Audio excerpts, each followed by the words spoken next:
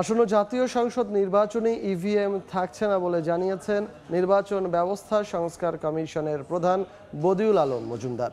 দুপুরে রাজশাহী জেলা প্রশাসকের কার্যালয়ে নির্বাচন ব্যবস্থা বিষয়ক মতবিনিময় সভায় তিনি একথা বলেন। কারিগরি ত্রুটি থাকায় নির্বাচন প্রক্রিয়া স্বচ্ছ রাখতে ইভিএম আর ব্যবহার করা হবে না বলে জানান তিনি। অতীতে যারাই নির্বাচন বিতর্কিত করেছে তাদের অবশ্যই শাস্তির আওতায় আনা উচিত, এজন্য কমিশন সুপারিশ করবে বলে জানান বদিউল আলম। মতবিনিময় সভায় বৈষম্য বিরোধী ছাত্র আন্দোলনের প্রতিনিধি সহ বিভিন্ন রাজনৈতিক, সামাজিক ও প্রশাসনের কর্মকর্তারা উপস্থিত ছিলেন।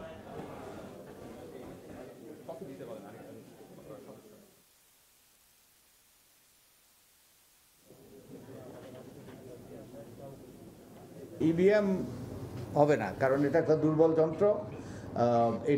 এটার মাধ্যমে কারচুপি করা সম্ভব। আর সবচেয়ে বড় কথা, ইভিএম এই কোনো যন্ত্র ব্যবহার করতে হলে, কোনো প্রযুক্তি ব্যবহার করতে হলে সেক্ষেত্রে রাজনৈতিক ঐক্যমত্য দরকার, সবার মতামত নিয়ে করা দরকার। এবং ইভিএম ব্যবহারের ব্যাপারে সে ঐক্যমত্য হয়নি।